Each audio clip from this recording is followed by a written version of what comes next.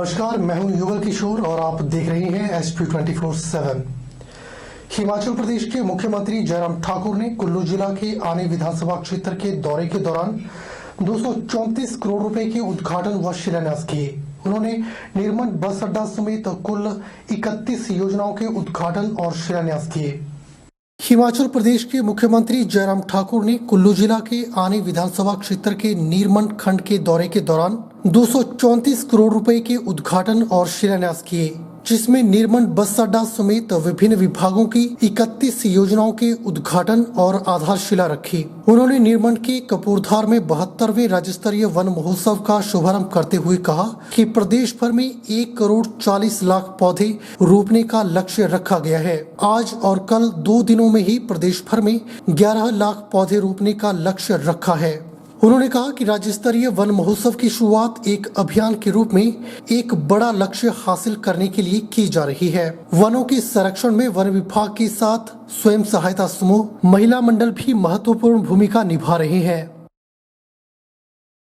हिमाचल प्रदेश में बढ़ रही है। अब की बार जो हमारा हिमाचल प्रदेश में जो लक्ष्य है उसमें 2 दिन में 20 और 21 तारीख को जो हिमाचल प्रदेश में जो प्लांटेशन का हमारा टारगेट है वो टारगेट 11 लाख का है उसमें। और उसमें मैं विभाग को बधाई देना चाहूँगा कि बहुत बेहतरीन ढंग से ये इन लोगों ने इस कैंपेन को प्लान किया है। और अब की बार इन्होंने इस बात को भी सुनिश्चित किया कि रेड क्रॉस को भी एक टारगेट दे करके 1 लाख का टारगेट दे करके वो भी इसमें सहभागिता अपनी निभाएंगे।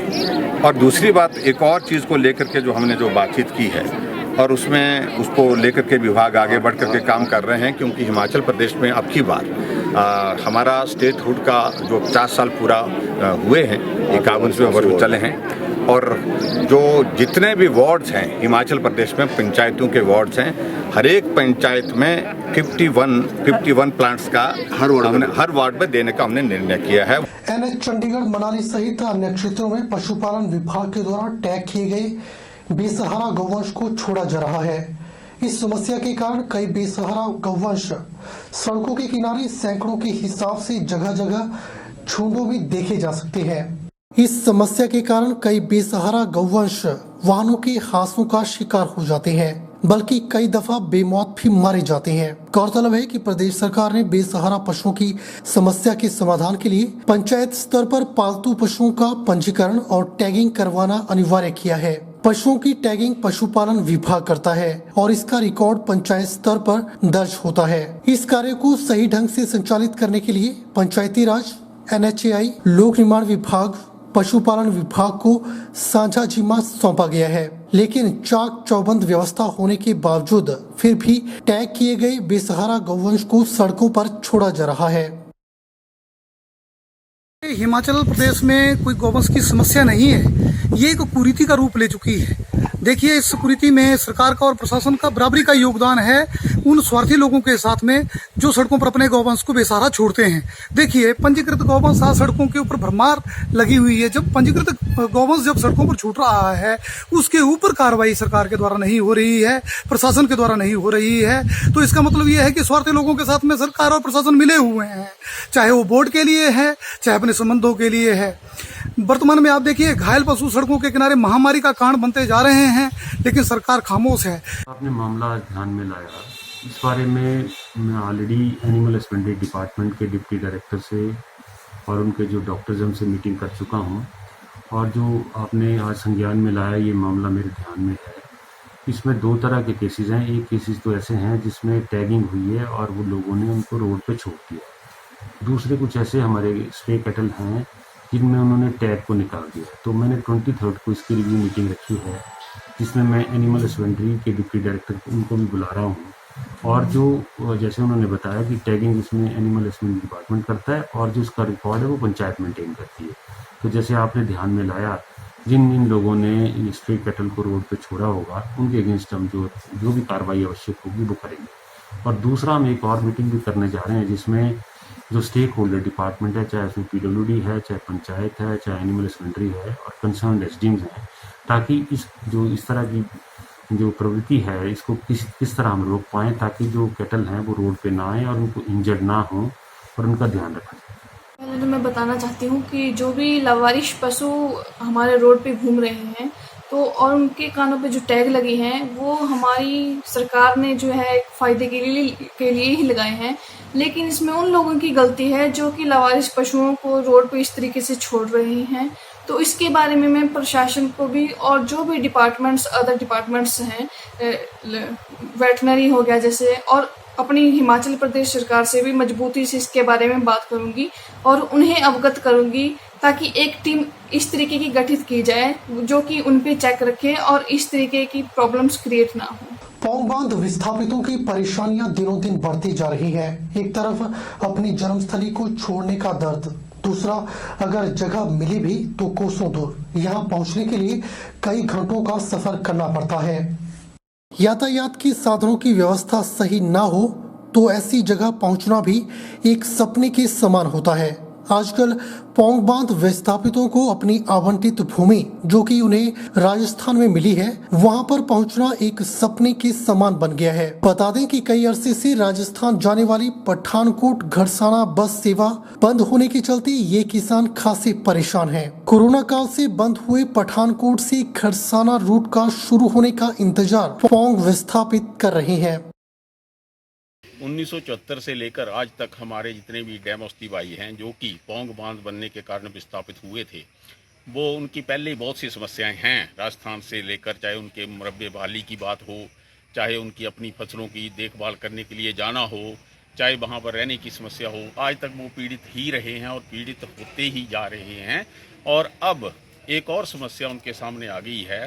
कोरोना काल में समझ लो, जबकि सरकार ने हर एक जगह जो गवर्नमेंट सर्विस है, बस सर्विस, वो बहाल कर दी है, लेकिन जो पठानकोट घड़साना बस चलती थी उससे जो वो नहीं चलाई है, उस कारण हमारे बहुत से विस्थापित भाई बहुत ही पीड़ित हैं, दुखी हैं। और विशेष तौर पर हमारे चाहे इंदौरा का क्षेत्र हो, फतेहपुर के क्षेत्र हो, दमेटा का एरिया हो, चाहे नूरपुर हो, ज्वाली हो, नगरोटा, सूरियाँ हो, ये लोग जो इस बस के कारण बहुत ही लाभ उठा पाते थे आज बहुत ही दुखी हैं। और वो सरकार से ये चाहते हैं कि इस बस सेवा को, पठानकोट घड़साना बस सेवा को जल्दी से जल्दी बहाल किया जाए ताकि विस्थापकों को कुछ राहत मिल सके। सोशल मीडिया पर फोटो वायरल हो रही है जिसमें एसडीएम फतेहपुर स्टाफ के साथ भारी बारिश और दलदल में नंगे पांव नजर आ रहे हैं। यह फोटो विधानसभा फतेहपुर के मंडक क्षेत्र की है जहां वे पिछले 2 दिनों से हुई बारिश के कारण तबाह हुए घरों और नुकसान हुए जगहों का मुआयना करते हुए नजर आ रहे हैं। वे स्वयं ही अपने स्टाफ के साथ जगह जगह हुए नुकसान और बर्बाद हुई फसल का जायजा ले रहे हैं। सोशल मीडिया पर यह फोटो तेजी से वायरल हो रही है। यह फोटो उन अधिकारियों के लिए एक संदेश के साथ साथ एक मिसाल भी पेश कर रही है जो अधिकारी ऑफिस व महंगी गाड़ियों में बैठकर अपने कर्मचारियों को आदेश देकर एक वजनदार रिपोर्ट बनाकर अपने आलाधिकारी व सरकार को भेजते हैं। गौर रहे कि भारी बारिश के कारण विकास खंड फतेहपुर की ग्राम पंचायत टटवारी में वार्ड 4 कस्बा नगोह में बारिश ने अपना कहर बुरी तरह से बरपा दिया। भारी बारिश से गांव के 13 घर, 2 पशुशालाएं पानी की जद में आ गए, जिनमें 5 कच्चे घर पूरी तरह से पानी में ढह गए। सीटों से संबंधित mid day meal worker union ने न्यूनतम वेतन और विभाग के द्वारा की जा रही छंटनी को रोके जाने की मांग को लेकर मंडी जिला मुख्यालय पर विरोध प्रदर्शन किया। सीटों ने जिला प्रशासन के माध्यम से प्रदेश सरकार को मांग पत्र भेजा है। सीटों से संबंधित mid day meal worker union ने अपनी मांगों को लेकर मंडी जिला मुख्यालय पर विरोध प्रदर्शन किया। प्रदर्शन के दौरान मिड डे मील वर्करों ने अपनी मांगों को लेकर सरकार के प्रति अपना रोष व्यक्त किया। सीटू के जिला प्रधान भूपेंद्र सिंह ने कहा कि उच्च न्यायालय ने फैसला दिया था कि मिड डे मील वर्करों को पूरे 12 महीनों का वेतन मिलना चाहिए, लेकिन प्रदेश सरकार मजदूरों के हक से संबंधित इस फैसले को लागू नहीं कर रही है। उन्होंने कहा कि मिड डे मील वर्करों को प्रदेश सरकार के द्वारा निर्धारित न्यूनतम वेतन मिलना चाहिए ताकि वे अपने परिवार का पालन पोषण कर सकें और इसके साथ ही 25 बच्चों के आधार पर मिड डे मील वर्करों की जो छंटनी की जा रही है उसे रोका जाए और यदि छंटनी की जाती है तो इन मिड डे मील वर्करों को दूसरे स्कूलों में नियुक्त किया जाए। मुख्य मांगे है कि जो हिमाचल प्रदेश की जो जयराम के नेतृत्व वाली सरकार है, जो मिड डे मील वर्कर हैं उनके हक में जो एक न्यायालय का फैसला है उसको भी लागू नहीं कर रही है, इसके तहत जो मिड डे मील वर्कर हैं उनको अभी जो सरकार है पिछले 10-15 सालों से इनको पूरे साल का वेतन नहीं देती है, केवल 10 महीने का वेतन देती है। हमारी यूनियन ने हाई कोर्ट में एक याचिका दायर की थी और उसकी सुनवाई करते हुए कोर्ट ने फैसला दिया था कि इन सभी मजदूरों को 12 महीने का वेतन मिलना चाहिए। मगर बड़े दुख की बात है कि जो माननीय मुख्यमंत्री हैं, जो कहने को अपने आप को एक गरीब का बेटा बोलते हैं, मगर जो गरीब इसके अंदर काम करता है मिड डे मील वर्कर के रूप में, और अधिकांश उसमें महिलाएं हैं जो गरीब घर से संबंध रखती हैं, उनसे संबंधित जो न्यायालय का फैसला है उसको भी लागू नहीं कर रहे हैं। तो पहली हमारी मांग है कि इनको जो 12 महीने का वेतन दिया जाए। दूसरी मांग हमारी ये है कि इन मजदूरों को जो वेतन दिया जाता है वो बहुत कम है, वो 1700-1750 रुपये दिया जाता है। हमारी सरकार से मांग है कि जो हिमाचल प्रदेश का न्यूनतम वेतन है 300 रुपये दिहाड़ी का और 9000 रुपये वो महीने का बनता है, वो उनको दिया जाए। और 25 बच्चों के आधार पे जो छटनी है वो की जा रही है, जबकि 12-15 साल इन मिड डे मील वर्कर को काम करते हुए हो गए। हम ये जानना चाहते हैं और मांग करते हैं कि जब एक स्कूल जिसके अंदर 4 बच्चे हैं, 5 बच्चे हैं और उस स्कूल के अंदर 4 अध्यापक भी हैं, मगर अध्यापक और बच्चे उस आधार पे और स्कूल तो चल रहा है, मगर जो मिड डे मील वर्कर है उसकी जो छटनी है सरकार कर रही है। तो हमारी ये मांग है कि जो छटनी है उसको रोका जाए, और अगर छटनी कहीं स्कूल बंद ही हो जाता है तो उन मिड डे मील वर्करों को किसी दूसरे स्कूल के अंदर नियुक्त किया जाए। कोटली तहसील में तहसीलदार, नायब तहसीलदार, फील्ड कानूनगो के पदों को जल्द से जल्द भरे जाने की मांग को लेकर मंडी सदर कांग्रेस कमेटी ने सदर कांग्रेस अध्यक्ष ओम प्रकाश ठाकुर के नेतृत्व में मंडी जिला प्रशासन को ज्ञापन दिया और जल्द से जल्द इन पदों को भरे जाने की मांग की।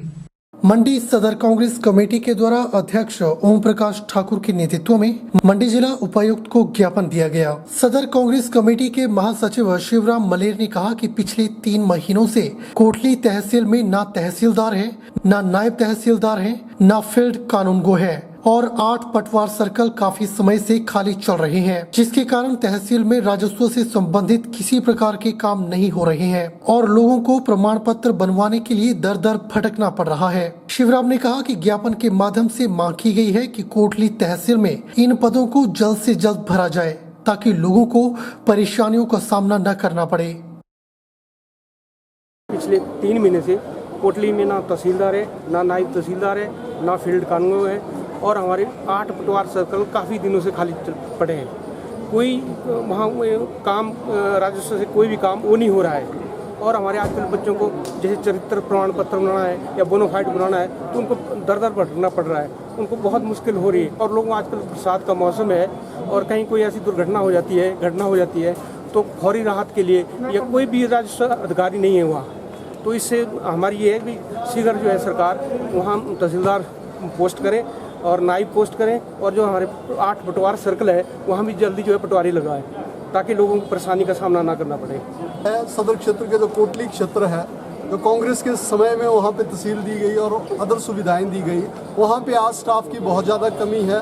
तहसीलदार नहीं है, नायब तहसीलदार नहीं है और निचले स्तर का जो पटवारी कानून को स्टाफ है वो भी अवेलेबल नहीं है। लोगों को बहुत ज़्यादा मुश्किलात का सामना करना पड़ता है। बच्चों को भर्तियाँ हो रही हैं, उनको बोनाफाइड सर्टिफिकेट्स बनाने पड़ते हैं, दूसरे सर्टिफिकेट्स बनाने पड़ते हैं, तो उनको मंडी आना पड़ता है और मंडी में भी जो है कई बारी व्यवस्था के कारण जो है तहसीलदार और अदर रेवेन्यू स्टाफ जो उपलब्ध नहीं होता है। उपायुक्त महोदय से मिले और माननीय उपायुक्त महोदय ने जो है हमें आश्वस्त किया, आज वर्बली के जो है कोटली में तहसीलदार के ऑर्डर हो गए हैं और विद इन जो है 4-5 दिन में वहाँ पे तहसीलदार ज्वाइन कर जाएंगे और दूसरे जो कंसर्न स्टाफ है, नीचे वाले स्टाफ हैं, उनके ऑर्डर भी जो है वहाँ पे तुरंत प्रभाव से किए जाएंगे ताकि लोगों को समस्याओं का सामना ना करना पड़े। हिमाचल प्रदेश सरकार ने सोलन नगर निगम में विकास कार्यों के लिए 5 मनोनीत पार्षदों सहित करीब 10 करोड़ रुपए की राशि देने की घोषणा की है।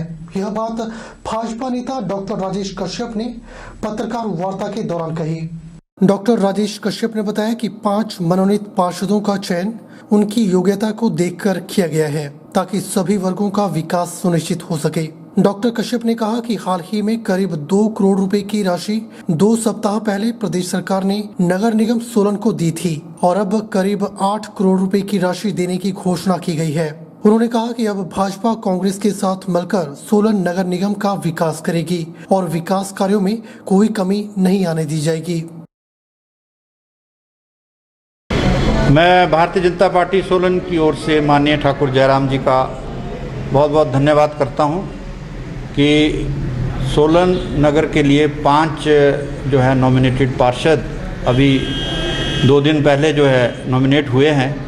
हिमाचल प्रदेश सरकार जो है सोलन नगर निगम के लिए और सोलन वासियों के लिए विशेष ध्यान रख रही है। अभी कुछ ही दिन पहले जो है 8 करोड़ 85 लाख रुपए जो है सोलन नगर निगम के लिए दिया गया है। उससे पहले 2 करोड़ 86 लाख रुपया जो है वो नगर निगम के लिए आया था। तो इस तरह से जो है वो किसी भी तरह की जो राशि है सरकार की तरफ से जो आनी है वो लगातार जो है उसका फ्लो बना हुआ है और सोलन की जनता का जो है सोलन का विकास किस तरह से हो उसमें माननीय ठाकुर जयराम जी जो है विशेष ध्यान दे रहे हैं, विशेष ध्यान रख रहे हैं। बुलेटिन में फिलहाल वक्त हो चला है एक छोटे से ब्रेक का। ब्रेक के बाद तुरंत हाजिर होते हैं।